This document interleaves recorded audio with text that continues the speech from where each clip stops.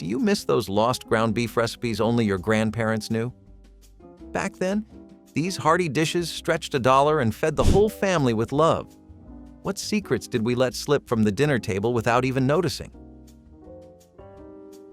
Hamburger mulligan stew was not just food. It was survival in a pot during the Depression years when families did what they could with what little they had. Ground beef was often stretched with canned vegetables, potatoes, and sometimes beans to make the pot go further. This stew was a hobo classic, thrown together on train tracks, in shanty towns, and later in regular kitchens where mothers knew that filling stomachs mattered more than presentation. The dish reflected a spirit of sharing since anyone could toss in what they had, and together it became a meal. The broth was thin, but the variety of vegetables made it hearty enough to leave people satisfied, especially on cold nights when resources were scarce. It might not have been glamorous, but it kept bellies full and lifted spirits with its warmth. Many grandparents remembered the stew as a symbol of togetherness, teaching that pooling what you had could turn scraps into something meaningful. Beef and oatmeal. Porridge bake was a thrifty casserole that stretched every bit of ground beef when meat was expensive and families needed food to last. Oats were cheap, filling, and widely available, so cooks combined them with seasoned beef, eggs, and milk to bake into a hearty dish. It looked simple but carried a comforting smell that filled kitchens during tough times. The oats absorbed the juices of the beef, creating a texture that was surprisingly satisfying and much more substantial than the meat alone. Children who grew up in the 1930s and 1940s often recalled this dish as a weekly staple, where no one went hungry even when paychecks were scarce. It was a casserole that taught resourcefulness, showing how something as humble as oats could stretch 1 pound of beef to feed a large family. Grandparents often looked back at it fondly, not as a luxury, but as a reminder that creativity in the kitchen meant survival and security. Beef-stuffed bell bread loaf was the kind of recipe that showed just how creative cooks could be with ground beef in mid-century kitchens. A bread loaf would be hollowed out, stuffed with seasoned beef, onions, and sometimes cheese or vegetables, then baked until the crust turned golden. It was easy to slice into portions, which made it perfect for church potlucks, neighborhood gatherings, or just large families who needed to stretch their food. The bread soaked up all the juices from the beef and onions, creating a savory flavor that was hearty without being wasteful. It was the kind of dish you could pick up with your hands, simple and filling yet always welcomed at the table. This meal reflected a time when even something as ordinary as bread could be repurposed into a centerpiece. For many grandparents, it was a memory of shared meals, laughter, and the kind of clever recipes that turned necessity into tradition. Okra and beef skillet was a southern staple that turned inexpensive ingredients into a filling dinner when times were lean. Ground beef was browned with onions and then simmered with sliced okra, tomatoes, and a bit of seasoning, making a dish that combined both flavor and practicality. Okra grew abundantly in southern gardens, so families relied on it as a cheap and accessible vegetable to bulk up meals. The natural thickness of okra gave the skillet a rich texture, making it seem heartier than it really was. Served over rice or with cornbread, it became a dependable way to feed several mouths on a small amount of meat. Families often remembered this dish not only for its taste, but also for how it symbolized resilience and the ability to make something delicious with very little. Grandparents who grew up with it remembered the skillet as a dish that could stretch across many meals while still keeping everyone satisfied. Beef and turnip hash was the kind of dish where nothing went to waste and everything was used. Ground beef or beef scraps were fried up with chopped turnips, potatoes, and onions in a skillet until browned and crispy. It was popular during the Depression era when root vegetables were cheap and plentiful, making them the perfect fillers for a meat dish. Families often used whatever they had on hand, and turnips gave a unique flavor that set it apart from other hashes. Served hot and sometimes topped with a fried egg, it became a hearty breakfast or dinner that stretched one small portion of meat into a full family meal. The hash was filling, flavorful, and affordable, exactly what working families needed during hard economic times. It might have been humble, but it carried with it the memories of survival, creativity, and stretching ingredients to their very limit in order to keep everyone fed. Hamburger jambalaya was a thrifty take on a Louisiana classic, born from necessity when sausage and seafood were too costly for families on a budget. Ground beef replaced the traditional proteins, simmered with rice, peppers, onions, and tomatoes until everything blended into a savory one-pot dish. It kept the spirit of jambalaya alive, but in a form that was accessible to ordinary households far from the Gulf Coast. Families enjoyed it because it was economical, easy to prepare, and still full of flavor despite the substitutions. This was the kind of recipe that brought cultural traditions into everyday kitchens, even when money was tight. The dish became a reminder that flavor did not have to disappear just because expensive ingredients were out of reach. For grandparents, it was a comforting, budget-friendly way to enjoy a taste of Louisiana cooking, even if it was far removed from the authentic version passed down in Creole families. Beef and cornmeal dumpling stew was a dish that warmed families during hard winters when meat was scarce, but bellies still needed filling. Ground beef was cooked into a simple broth with vegetables, and then spoonfuls of cornmeal dough were dropped on top to steam into dumplings. The result was a hearty stew, where the dumplings absorbed the beefy flavor, creating a meal that stretched a small amount of meat into something satisfying. Cornmeal was cheap and abundant in many households, making it the perfect choice for bulking up dishes like this one. Families appreciated how it was both thrifty and comforting, feeding several people with just a few affordable ingredients. It was the kind of recipe passed along in community cookbooks and remembered fondly by grandparents who knew how much it meant to sit around the table with something warm and filling. This stew reflected both resilience and ingenuity in cooking with limited means. Hamburger pie with mashed sweet potatoes was a clever variation on shepherd's pie, made with ground beef, vegetables, and topped with a layer of sweet potatoes instead of white potatoes. It combined the savory meat filling with the natural sweetness of mashed yams, giving the dish a unique flavor that families loved. Sweet potatoes were inexpensive, filling, and grew well in southern soil, making them an ideal substitute when regular potatoes were not available or were too costly. The topping baked into a golden crust that balanced the rich beef mixture beneath, creating a dish that was both nourishing and frugal. Families often made it in large pans to stretch across multiple meals, a practical solution in years when every bit of food mattered. Grandparents remembered it as a comfort dish that blended resourcefulness with flavor, proving that necessity often produced meals that stood the test of time and memory long after the hardships were over. Beef and sauerkraut. Hot dish was a Midwest favorite that showed up in church basements, potlucks, and family kitchens. Ground beef was mixed with noodles, sauerkraut, and a creamy sauce before being baked into a bubbling casserole. The tang of sauerkraut cut through the richness of the beef, creating a dish that was distinct, affordable, and hearty enough to feed many people. Hot dish recipes were designed for practicality, and this one was no exception, often made with whatever ingredients were available. It became especially popular in farming communities where sauerkraut was common from home preservation. Families saw it as dependable, something you could throw together quickly and know it would be both filling and satisfying. Grandparents often spoke of it as the kind of meal that fed entire gatherings on a small budget, reminding them of both thriftiness and community spirit. The hot dish was not fancy, but it was real food that carried the taste of resourcefulness.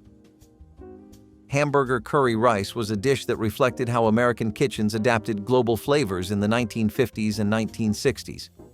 Ground beef was simmered with onions, curry powder, and sometimes raisins or apples, then served over a bed of white rice. It was inexpensive, quick, and exotic enough to feel different without requiring costly ingredients. Rice stretched the meal further, making it a practical choice for large families who wanted something filling on a budget. The curry flavor brought a new excitement to the table, a reflection of how international dishes began to filter into everyday American cooking. Many households remembered it as one of the first recipes where they tasted something distinctly spiced beyond the usual salt and pepper. Grandparents might recall it as adventurous for the time, but also as a reminder that even ground beef could carry the flavor of faraway places. It was comfort food with a small spark of novelty that made it memorable.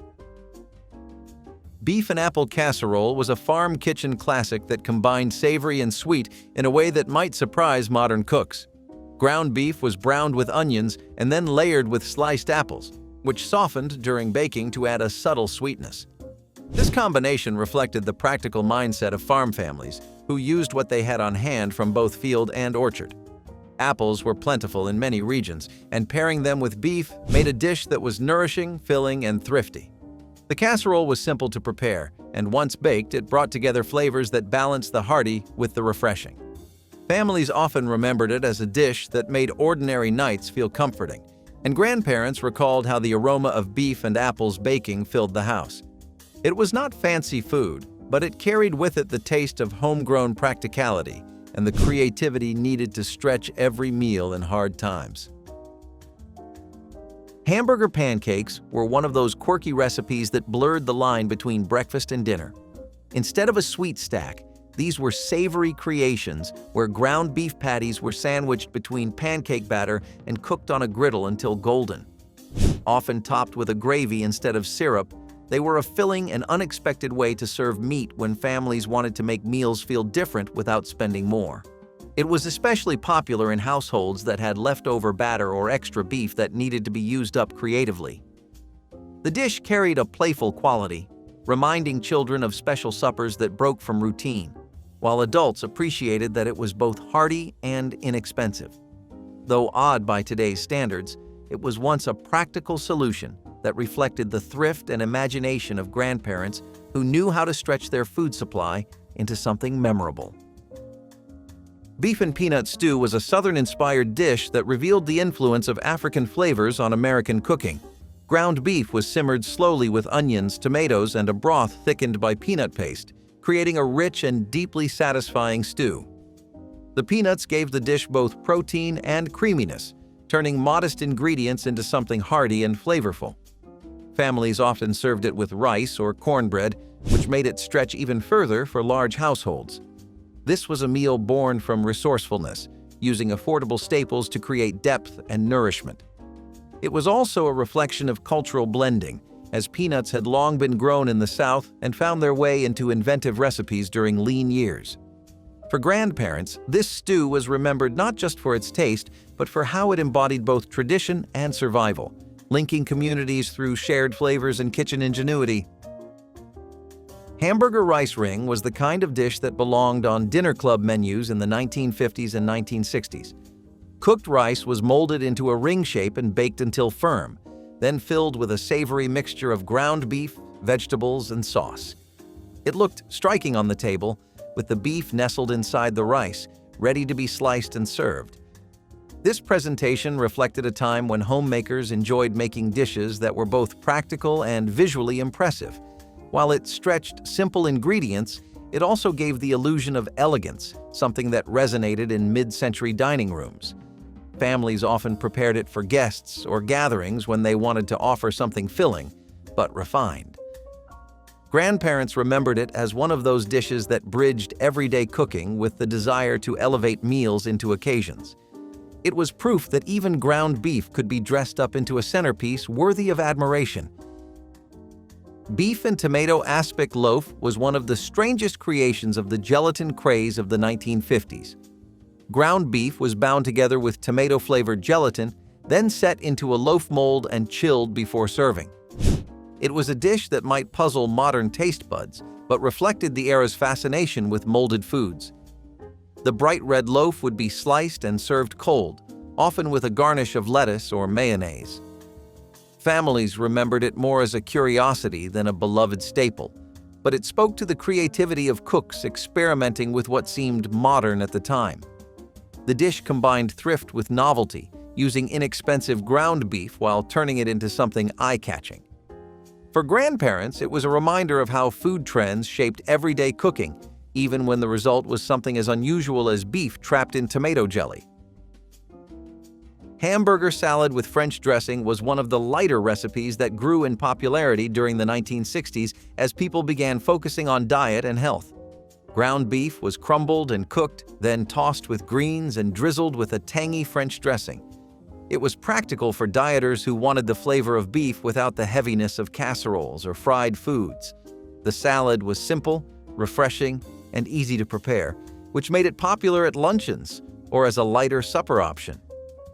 While not as filling as heartier ground beef dishes, it reflected the growing interest in balancing flavor with health-conscious choices.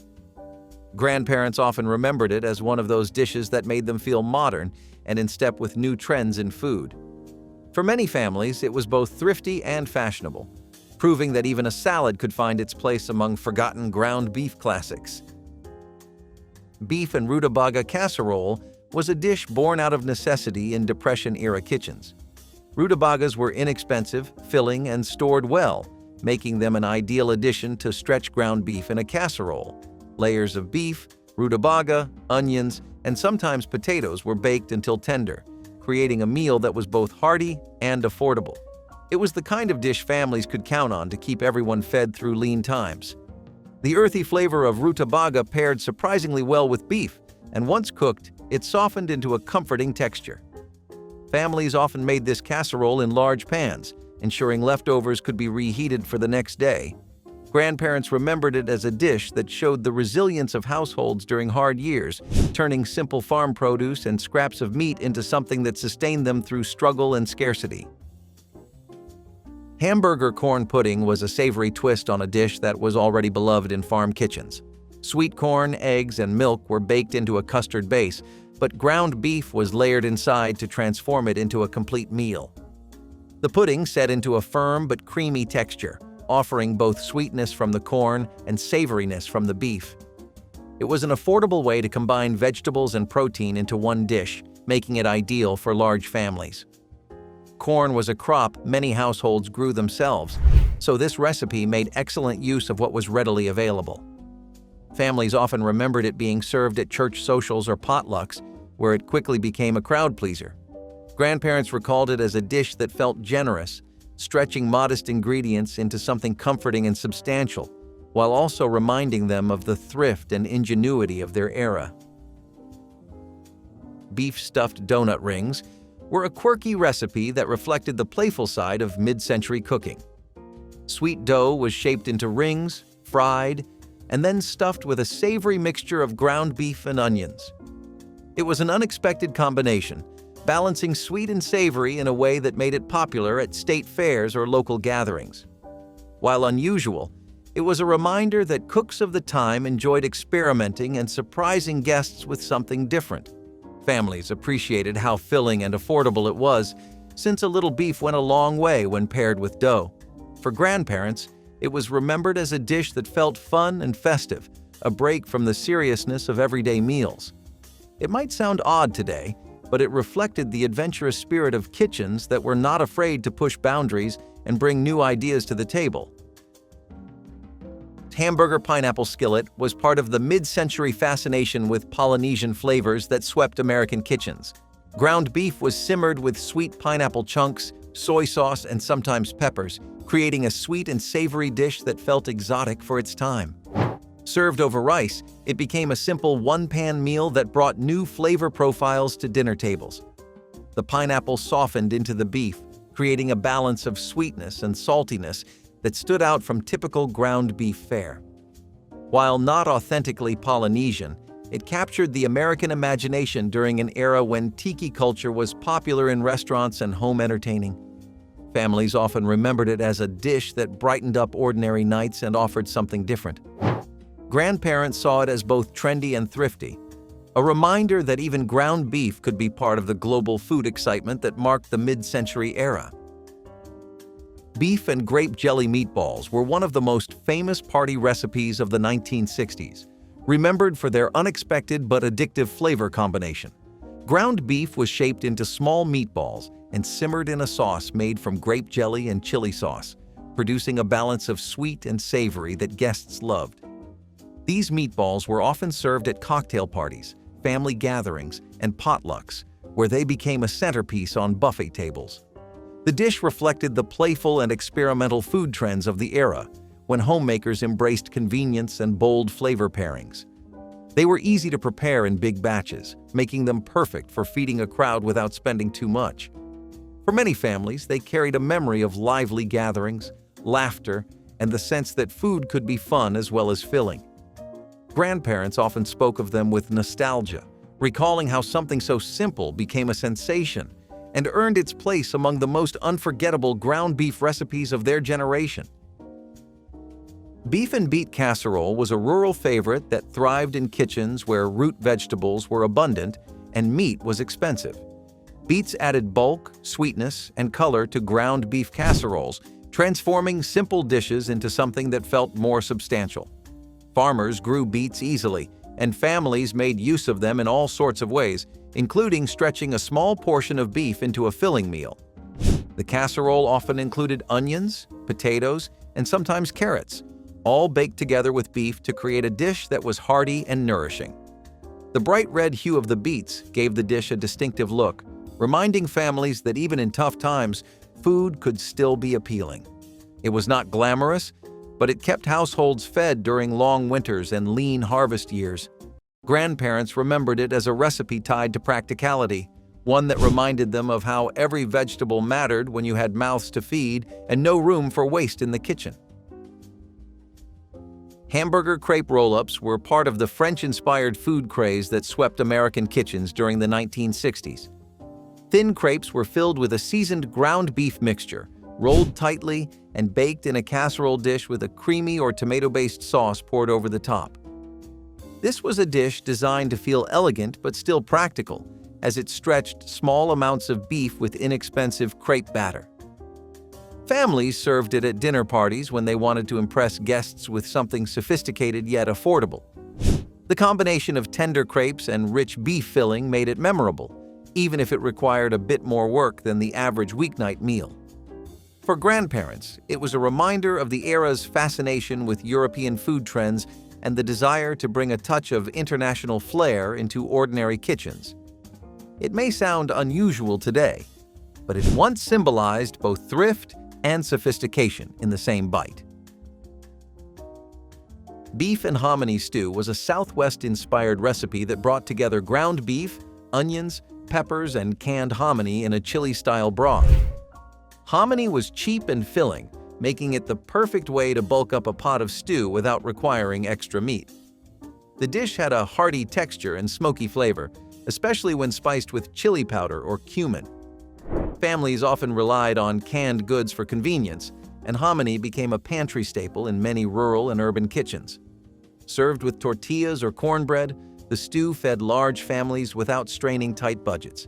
It was practical, nourishing, and carried flavors that felt new to many who had not grown up with Southwestern traditions. Grandparents remembered it as a dish that stretched ingredients in tough times while also introducing them to different regional styles of cooking, proving that even humble meals could carry cultural influence and leave lasting memories around the dinner table. Hamburger polenta. Bake was a creative way to use inexpensive cornmeal in combination with ground beef. A savory beef and tomato mixture was layered in a casserole dish and topped with creamy polenta, often finished with cheese. Once baked, it created a comforting dish where the polenta formed a soft, golden crust over the hearty beef filling. This recipe reflected the growing popularity of Italian-inspired cooking in mid-century America as polenta began appearing in community cookbooks and family kitchens. It was affordable, practical, and satisfying enough to serve at family dinners or church gatherings. Many families enjoyed it because it provided variety in a time when beef and potatoes dominated most meals. For grandparents, it was remembered as both frugal and flavorful, blending simple ingredients into something that felt special. The bake carried with it the spirit of innovation, showing how even ground beef could take on new life when paired with unexpected pantry staples like cornmeal.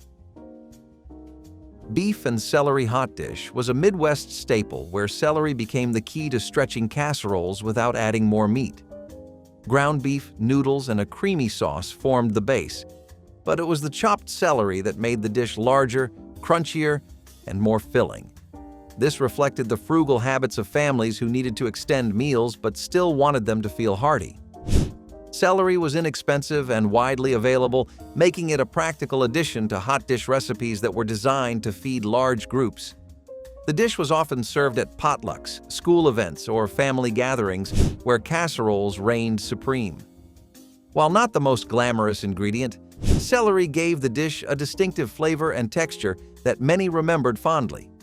Grandparents often recalled it as one of those recipes that carried the spirit of community, proving that a simple vegetable could make all the difference in turning a small amount of ground beef into a meal for many. Hamburger pie with egg topping was a savory twist on the classic meat pie, remembered for its custard-like finish and comforting flavor. Ground beef was browned with onions, carrots, and sometimes peas to create a hearty filling that formed the base of the dish. On top of that, cooks poured a mixture of eggs and milk, which baked into a golden, fluffy layer that resembled a savory custard.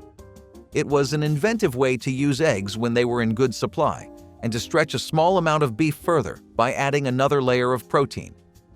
Families often baked this pie in large dishes, making it an ideal option for serving entire households or bringing to community gatherings. Unlike casseroles that could feel heavy, the egg topping made it light but still filling. For many grandparents, this was remembered as one of those dishes that felt slightly more special, a recipe that turned everyday ingredients into a meal that stood out. It carried with it the reminder that resourceful cooking could create not just nourishment, but also memories worth passing down to future generations. Beef and raisin. Stuffed cabbage was an old-world recipe that blended into immigrant kitchens and slowly became part of American family traditions. Large cabbage leaves were carefully boiled until tender, then filled with a mixture of ground beef, rice, onions, and raisins. Once rolled up, they were simmered in a tomato-based sauce until the flavors melded together into a sweet and savory combination.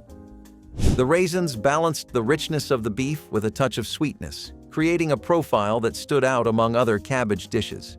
This meal was especially common in immigrant neighborhoods where Eastern European and Middle Eastern influences shaped what families ate.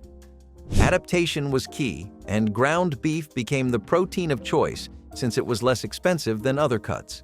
Families often made entire pots of these rolls at once, ensuring leftovers could stretch across several days. For grandparents, this dish was more than food. It was a symbol of heritage, a recipe that connected them to the culture of their parents while still adapting to the realities of American life. Though unusual today, it was once cherished. Hamburger cottage cheese loaf became popular in the 1970s when diet fads pushed people toward high-protein meals and low-starch options. Ground beef was mixed with cottage cheese, eggs, and seasonings, then shaped into a loaf and baked until firm. The result was a dish that was dense and filling, but considered healthier than many traditional meatloaf variations.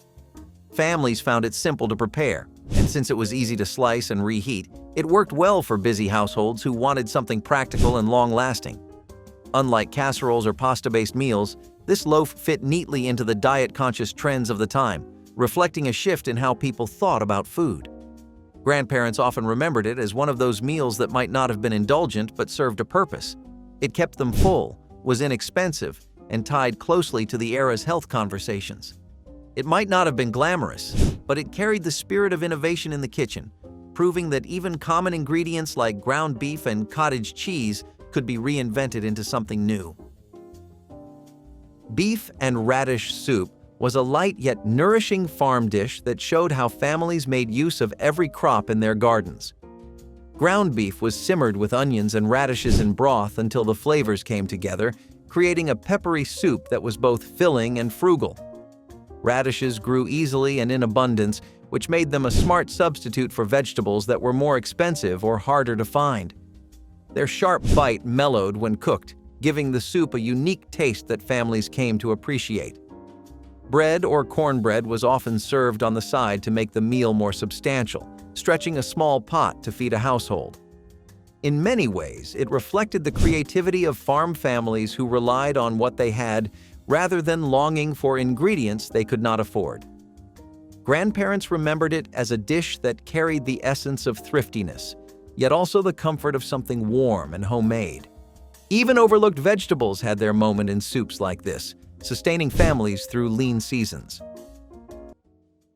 Saving bacon grease for frying beef was one of Grandma's quiet secrets for adding depth to otherwise simple meals. Whenever bacon was cooked, the fat was carefully poured into a tin or jar and kept on the counter or in the fridge. Later, when it came time to brown ground beef, she'd scoop in a spoonful, letting the smoky, savory flavor mingle with the meat. This gave even the plainest beef dishes a richness that couldn't be matched by oil or butter. It wasn't just about taste either. It was about never wasting something that could be used again. Bacon grease was considered liquid gold in many kitchens, and it flavored everything it touched. For ground beef, it was transformative, turning ordinary patties or gravies into meals that tasted indulgent. Today, we often discard bacon drippings without a thought, but back then, this was part of a cycle of cooking that made sure nothing went to waste. It's a trick that not only saved money, but also gave dishes the kind of flavor that sticks in your memory long after the meal is gone. Beef jambalaya bake took everything you loved about Louisiana comfort food and gave it a weeknight twist. Traditional jambalaya was made with shrimp or sausage, but when ground beef was what you had, you did not complain, you improvised. This casserole was warm, spicy, and overflowing with flavor. You would start by browning the beef in a skillet with onions, bell peppers, and celery, the Cajun holy trinity. Toss in some garlic, tomato paste, and a good shake of paprika or cayenne pepper, and suddenly, the whole house smelled like dinner was about to get exciting. Then came the rice, which cooked in the pan with beef broth or tomato juice until everything swelled and soaked up the seasoning. Some families added beans or corn. Others threw cheese on top and baked it for an extra kick. It was the kind of dish that got passed around the table fast and left nothing behind but crumbs. And if you think baking jambalaya was clever, just wait until you see what happens when you stuff a hamburger inside an onion. No bun required. Cheeseburger macaroni loaf sounds like something out of a box, and it kind of was. This dinner came from a time when boxed pasta meals and processed cheese were part of every pantry, and ground beef was the weekly star. You would cook macaroni, mix it with browned beef and a block of soft cheese, then pack the whole thing into a greased loaf pan. After baking, you sliced it like meatloaf. What came out looked strange, but tasted like a cross between a diner burger and weeknight casserole. It held its shape well enough to pack in a lunchbox or reheat in a skillet with a little butter. Some families added ketchup or mustard to the mix, giving it an even more literal burger flavor. Others tossed in pickles or onions for texture. It was easy, filling, and did not require much more than a pot, a pan, and a little patience.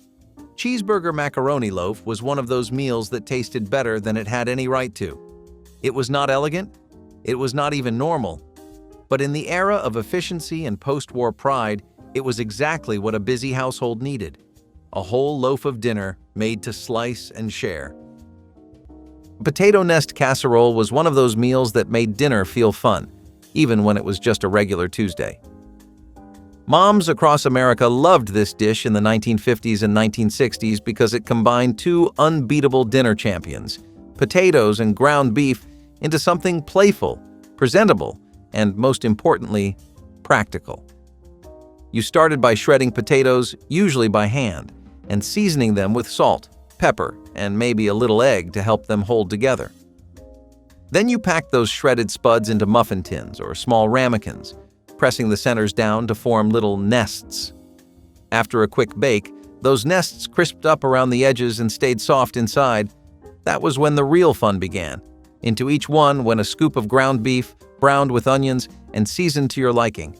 Some added peas or corn to the meat mixture, while others spooned in tomato sauce or gravy.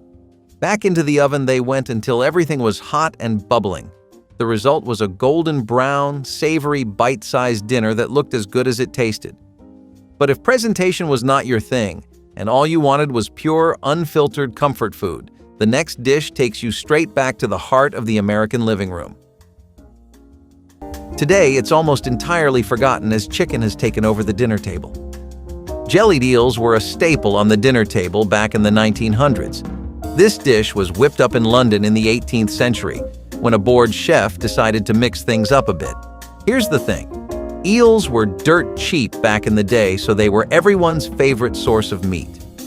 The dish consisted of chopped eels boiled in a spiced stock and allowed to cool and set, forming a jelly. It was usually served cold and made a good substitute for dessert. Since it was light on the pockets, the English loved to serve it at dinner parties and festivals. It also made its way out to other parts of Europe, such as Denmark and Sweden, which came up with their own versions of the jelly. You won't find a lot of people talking about jellied eels now, because it has largely disappeared from the British menus. Using rice as a filler was one of the oldest and most dependable tricks for making ground beef go further. Grandma could take a single pound of beef and, with the addition of rice, stretch it into a whole pot of hearty food that filled every plate. Sometimes she used cooked rice, folding it in to bulk up casseroles and stews, while other times she used raw rice, letting it absorb juices as it cooked right alongside the beef. This was how porcupine meatballs became a household favorite, fluffy grains poking out from tender beef in a tomato-based sauce. It wasn't just about thrift, though. Rice added body, absorbed flavors beautifully, and made each bite feel substantial. In times when budgets were tight, this clever trick allowed families to keep eating beef dishes without breaking the bank. It was practical, resourceful, and tasted so good that no one felt they were missing out. Even now, the combination of beef and rice has a homey, comforting feel to it, reminding us of tables where nothing was wasted and meals always seemed to stretch just far enough to feed everyone gathered. Beef birds, sometimes called mock steak rolls, were the kind of food that made you feel like you were having a fancy dinner, even if the meat came from the budget bin. The idea was simple but genius. Take seasoned ground beef, flatten it out like you are making an edible canvas, roll it up with stuffing or sometimes chopped onions inside, then tie or skewer it like it is some French roast on Sunday dinner. These little bundles were browned in a pan and sometimes finished in gravy, soaking up every bit of flavor like they had been waiting all day for it. The texture was soft, the taste was rich, and the presentation, well, that part made you feel like you were dining at a place that had real cloth napkins. They were a perfect disguise for humble ingredients. And just when you think the American kitchen could not get more inventive, along came a dish that turned ground beef into a noodle-topped flavor bomb with a crunchy surprise. Beef and cottage cheese bake sounds like a weird combination today, but it was considered smart back then. The ground beef was browned and seasoned, then mixed with egg noodles, onions, and generous scoops of cottage cheese. Sometimes there was sour cream, sometimes there was tomato sauce, but it always ended up creamy, savory, and just the right kind of filling. It was especially good for households trying to add protein without buying more meat. Cottage cheese was cheap, and it lasted longer than you expected. This was a casserole that blended dairy and meat in a way that was not fancy but worked. It came out of the oven bubbling, with a top that browned slightly and a center that held together like lasagna without the effort. You could serve it straight from the pan, and it held heat like a dream. Some versions added peas or bell peppers for color, others stayed pure and beige and soft. Either way, it filled the belly and made people happy. In a time when families were cutting coupons and stretching paychecks, this was a dinner you could count on. Simple, practical, and more delicious than it had any right to be.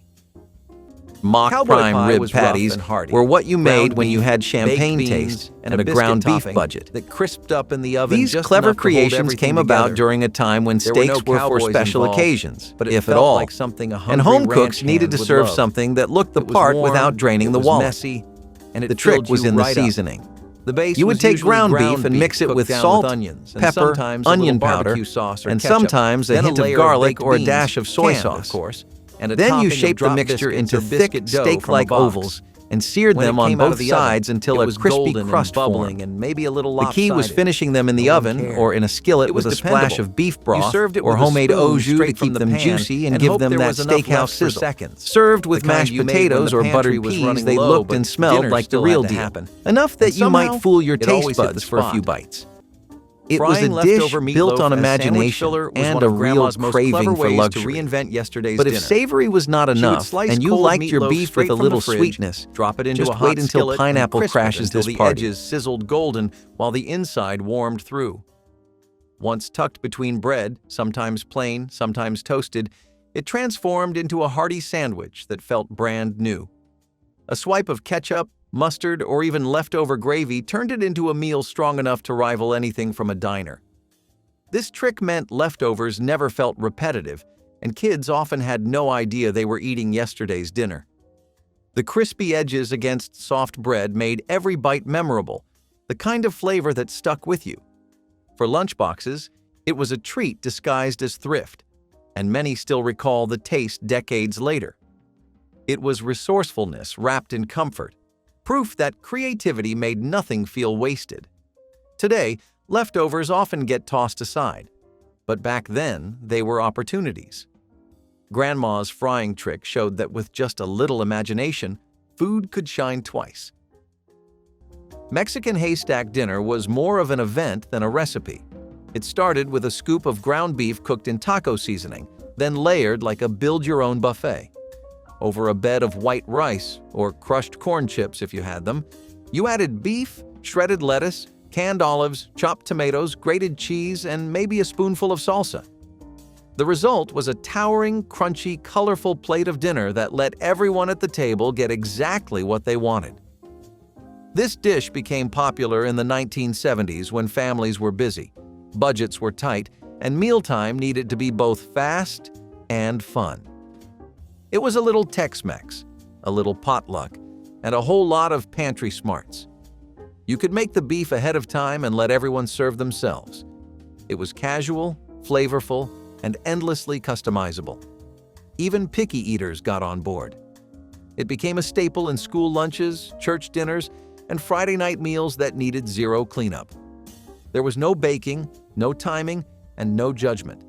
Just a pile of food that somehow worked together every single time. Haystacks were creative chaos on a plate, and we loved them for it. Bologna burger bakes were actually a part of mid-century home economics creativity. It was thanks to the advent of processed food becoming such a widespread thing. Bologna, Spam, and hot dogs were all incorporated into everyday meals in many different kinds of ways. This dish was something that involved thick rounds of bologna, and it was mixed with all sorts of different kinds of seasonings. People particularly loved what paprika and bay leaves could do for the dish. They thought it added a spicy kick to the first few bites that dissolved very nicely. Once the dish had established itself as a powerhouse of the 1950s, it was slowly starting to become something you would see in dorms, in homes, parties, and just something your teenagers would be messing around with. It helped that it was such a nice and affordable source of protein, and that Bo Logan was already becoming perceived as a burger substitute. Ground beef was still expensive thanks to all the rationing, and home cooks thought that if they couldn't get that regularly, they may as well get to repurposing. Texas hash was not born in a diner or dreamed up by a chef. It came from necessity, flavor, and the magic of one-pan cooking. This dish was a lifesaver in kitchens during the 1960s and 1970s, especially when money was tight but taste still mattered. It started in a skillet, like most good things do. Ground beef hit the pan, followed by chopped onions and bell peppers. As everything sizzled and softened, in went the tomatoes, sometimes fresh, sometimes canned, and a scoop of cooked rice. Chili powder or a few dashes of hot sauce gave it a warm Tex-Mex flair without pushing into full-on heat. It was hearty, filling, and endlessly flexible. Some families added corn or black beans. No wonder it stayed in rotation for decades. But if Texas hash was the rebellious teen of ground beef meals, the next dish was pure whimsy, because what could possibly go wrong with meat and mashed potatoes shaped like a bird's nest? Using tomato soup as sauce was one of Grandma's simplest but most dependable shortcuts for flavor. With a single can of condensed tomato soup, she could take plain ground beef and transform it into a meal that was hearty, tangy, and comforting. The soup added moisture, preventing casseroles, skillet suppers, or even simple beef and rice dishes from becoming dry or bland. Its sweet, slightly tart taste gave the meal a richness that stuck in memory, tying dishes to the familiar red and white cans stacked in cupboards across America. Families grew up with that signature flavor, recognizing it immediately as the taste of comfort. For Grandma, it wasn't about cutting corners, but about using what she had wisely, and tomato soup was a pantry item that always delivered. With one can and a pound of beef, she could have a hot dinner ready that satisfied everyone at the table. Today, The trick feels nostalgic, but back then it was a piece of kitchen magic built out of practicality and care. Corn chip beef bake was born from the kind of pantry raid that happened in kitchens all across America in the 1970s. Imagine this. You have a pound of ground beef, a half bag of corn chips, a can of tomatoes, and that lonely packet of taco seasoning tucked away in the cupboard.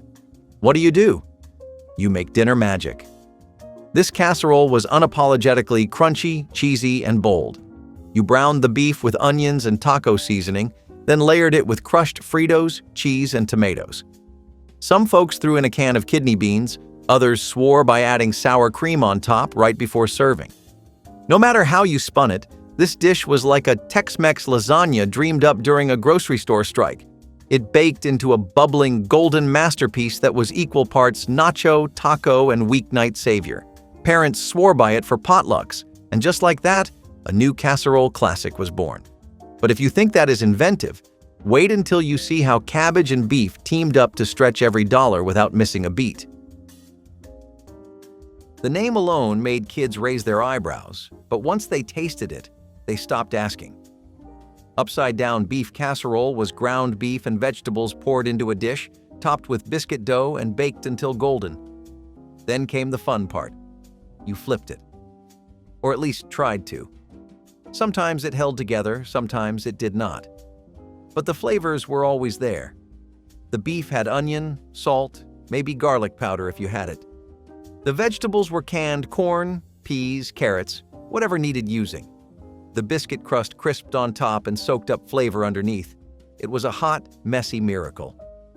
This came from a time when housewives were told to make dinner an experience, and this counted. Flipping it added excitement when life had little of it. It was a clever way to turn old ingredients into something new. No rules. Leftovers? In they went. Cheese? Sprinkle it on. Dinner was supposed to be practical, but it could still surprise you. Fruit and meat casseroles have actually existed for the better part of a few centuries. They've blended sweet, savory flavors in a lot of different ways, and they were even considered luxurious at one point. In medieval Europe, you would often find people pairing fruit with meat. In Native American culture, you can find dishes like pemmican, which are incredible superfoods. In the 19th and 20th century, you can find all sorts of references to fruit and meat-based combinations in Southern and Midwestern American cooking. Pork and apples, ham and pineapple pizza, the list goes on and on. This dish was a casserole that a lot of people were divided about, though. The thing with these savory fruit and meat dishes is that how well they work changes depending on what the format is. The decline of fruit and meat casseroles in the 70s and after that was influenced by how people were shifting their tastes away from casseroles in general, especially out-of-the-box combinations like this. These were also seen as overly sweet over time, and they didn't manage to keep up with the trend of wanting lighter, softer, and easier food. Stretching with mashed potatoes was another clever way Grandma turned a little beef into a lot of dinner. Whenever there were leftovers sitting in the fridge, she didn't let them go unused. Instead, she folded the mashed potatoes directly into ground beef. The result was a creamy, hearty mixture that could be shaped into patties, baked into casseroles, or fried into crisp cakes that still tasted rich and filling. Potatoes not only extended the beef, but also added a silky texture that breadcrumbs or flour couldn't match. It was comfort food through and through, with a flavor that spoke to both frugality and warmth. Families who grew up on potato-stretched beef never forgot the way it felt to eat something so satisfying, even when times were lean. This wasn't a compromise. It was a form of creativity that made each bite taste more substantial. Instead of thinking about what was missing, you thought about how clever the dish was, how it filled the belly, and how Grandma always seemed to know how to make just enough food for everyone. These days, we often discard leftovers or reach for more meat, but the potato trick proves a pound could go further than you thought. Pine needle broth was one of the forgotten miracle foods of early America, a natural tonic hiding in plain sight.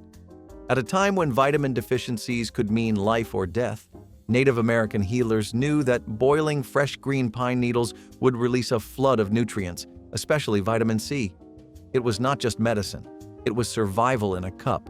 The flavor was bright, almost citrusy, with a faint earthy bitterness that made you feel stronger just breathing it in. Families would drink pine needle broth during harsh winters through long hunting trips and whenever sickness crept too close. In many ways, it was the original energy drink, long before anyone ever dreamed of cans and chemicals. Modern science eventually caught up and confirmed what traditional cooks already knew. The forest was its own pharmacy, if you knew where to look. And the best part? It took almost nothing to make. Just water, heat, and a handful of needles plucked with respect from a living tree. But sometimes, even when no pot or pan was available, native chefs found a way to cook hearty, life-saving meals using nothing but stones, fire, and ancient ingenuity. The trick of smoking corn husks for deep, sweet flavor might sound simple today, but it was revolutionary in the world of ancient cooking.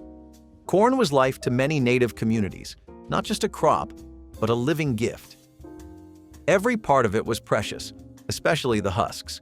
By soaking them lightly and laying them over hot coals or wrapping food inside them, cooks could infuse whatever they were making with a smoky, sweet richness that no wood or spice could ever truly replace. Smoking corn husks became a way to turn plain dishes into something sacred, layering that faint sweetness into meats, vegetables, even simple bread. It was an invisible ingredient, a secret handshake between the land and the plate. Today, a few high-end restaurants still use this trick, usually without telling you, because the result feels so natural, so impossibly rich, that diners are left wondering what kind of sorcery they have just eaten. But corn was not the only plant they turned to for hidden flavor and power. If you knew where to look, even the tallest pine trees offered a secret recipe for survival. Old-fashioned Johnny Marzetti was not just a dish, it was a whole era in one casserole. Ground beef, elbow macaroni, tomato sauce, and shredded cheese came together to make a meal that never failed to deliver. It started in Ohio, where a restaurant gave it a name, but soon it was all over the Midwest, printed in cookbooks and passed between families. It was made in big metal pans, usually on Sundays or when relatives came over. You browned the beef, stirred in the cooked macaroni, added the sauce, canned or homemade, whatever was available, and topped the whole thing with cheese. Then you baked it until the top browned and bubbled. It was a dish that could sit on a counter for an hour and still be good. It fed a crowd, reheated like a dream, and always reminded you of some aunt or grandma who made it best. Johnny Marzetti was cheap, filling, and dependable. It was also quietly brilliant. With 1 pound of meat and a box of pasta, you had dinner for days. Some people added olives or mushrooms, others kept it plain. What mattered was that it showed up, and it always did. TV dinner. Salisbury steak was more than just a frozen tray. It was a weeknight ritual, a microwave miracle, and a classic in its own right. But long before it became a staple of the television tray lifestyle, there was the homemade version, and let us just say, it was something special. This dish was a blend of ground beef, breadcrumbs, egg, and onion, all shaped into thick oval patties that mimicked the feel of a fancy steak. Then came the gravy, rich, dark, and loaded with caramelized onions. Some families added mushrooms, others swore by a spoonful of ketchup or Worcestershire to deepen the flavor. The patties simmered in that sauce until they were melt-in-your-mouth tender. Served alongside buttery mashed potatoes and canned peas, it was the kind of meal that made you want to pull up a seat in front of the old tube set and settle in for the evening. Even when frozen dinners became the norm, there was something about homemade Salisbury steak that just hit differently. But if you wanted something with a southwestern soul and a little cornbread crunch, the next recipe is a true casserole classic that still holds its ground. Ground beef and oat fudge is something that's literally blasphemy if you treat it by today's standards, but it's something that really fits within what you would call Depression-era food. It was a creative way to use meat, especially as far as sweet dishes were considered, and the idea of making beef together with oats and chocolate might have come out of dishes like suet puddings, where the meat was used for texture more than it was used for flavor. Still, those are different dishes. Most versions of ground beef and oat fudge were pretty controversial. They were made by finely grounding the beef or boiling it and then mixing it with cocoa powder, sugar, oats, and butter, and sometimes with sweetened and condensed milk or eggs. Some recipes even went as far as including vanilla in it or cinnamon so that the lingering flavor of meat could be masked and it would not be overly gamey. The fudge was also pressed into a pan and chilled and sliced, but the dish was not something most people ate out of preference.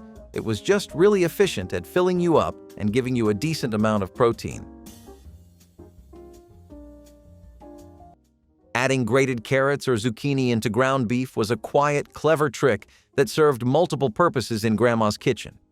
It wasn't only about making the beef stretch further, though that was a big part of it. It was also about slipping in extra nutrition without anyone noticing. Carrots added a natural sweetness that balanced savory flavors, while zucchini added moisture that kept burgers, meatloaf, or casseroles from drying out. Grating the vegetables fine meant they disappeared right into the beef, and kids usually had no idea they were eating vegetables at all. In a time when every ingredient had to be used wisely, this method made sense because it extended protein portions and made meals healthier at the same time. It also gave the beef more body and volume, turning one meal into two without anyone feeling shortchanged. This trick carried a sense of care, because Grandma knew how to make meals nourishing as well as filling. Today, with rising costs and an emphasis on hidden veggies, this old idea feels surprisingly modern. It's a reminder that cleverness in cooking was never about fancy ingredients, but about small adjustments that turned the ordinary into something bigger and better than expected. Sweet sour ground beef with pineapple was not subtle, but that is what made it shine. It was a stovetop dish you cooked in one big skillet. Ground beef browned with onions, then simmered in a mixture of pineapple chunks, vinegar, ketchup, and brown sugar. It smelled like takeout, it tasted like a tropical potluck, and it felt like a vacation, even when dinner was just in your tiny kitchen with the window cracked open. The sweetness from the pineapple and sugar mixed with the tang of vinegar to give the beef a punchy, bold flavor that clung to every grain of rice. This was the kind of dish that made kids ask for seconds, even if they did not love onions or peppers. You could find it in cookbooks from the 1960s and 1970s, usually in a section called International Flair or Creative Ground Beef Dinners. It was experimental, but not in a bad way. This dish was about making something exciting with what you had. Canned pineapple, cheap beef, sugar from the pantry. That was it. Yet somehow it came together like magic. Dishes like this reminded people that food could be fun, even when times were not. Beef and cornbread. Tamale pie was a hug from the Southwest, baked golden brown in a casserole dish. This one dated all the way back to the 1940s, when resourcefulness met regional flavor. Ground beef was the heart of it, cooked down with onions, garlic, and sometimes diced green chilies or sweet corn. Tomato paste or enchilada sauce brought the whole mixture together into something tangy, rich, and unmistakably bold. But the real showstopper was the topping, a thick layer of cornbread batter poured over the beef and baked until it puffed up like a golden crown. It was budget-friendly, filling, and packed enough punch to wake up even the sleepiest of taste buds. Families across the American Southwest and far beyond served it up with a dollop of sour cream and maybe a little salsa on the side. But if you are someone who loves the flavor of stuffed peppers but hates all the prep, the next dish was a skillet solution that changed the game. Layering beef under mashed potatoes was one of those comforting tricks that turned scraps into something special. If there were bits of ground beef left from dinner, Grandma didn't discard them. She layered them into a dish and covered them with fluffy mashed potatoes. Baked in the oven, it transformed into a hearty shepherd's pie that felt like a whole new meal. This trick gave leftovers a second life while also ensuring that no one left the table hungry. The contrast between the savory beef and creamy potatoes made it a family favorite, even if it began as scraps.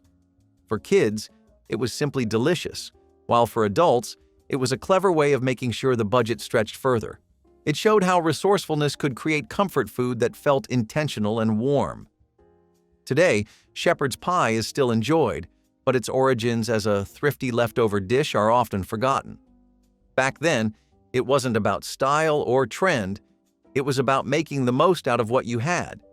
That practical mindset turned simple ingredients into meals that carried meaning, And that's why dishes like these linger in memory long after they leave the table.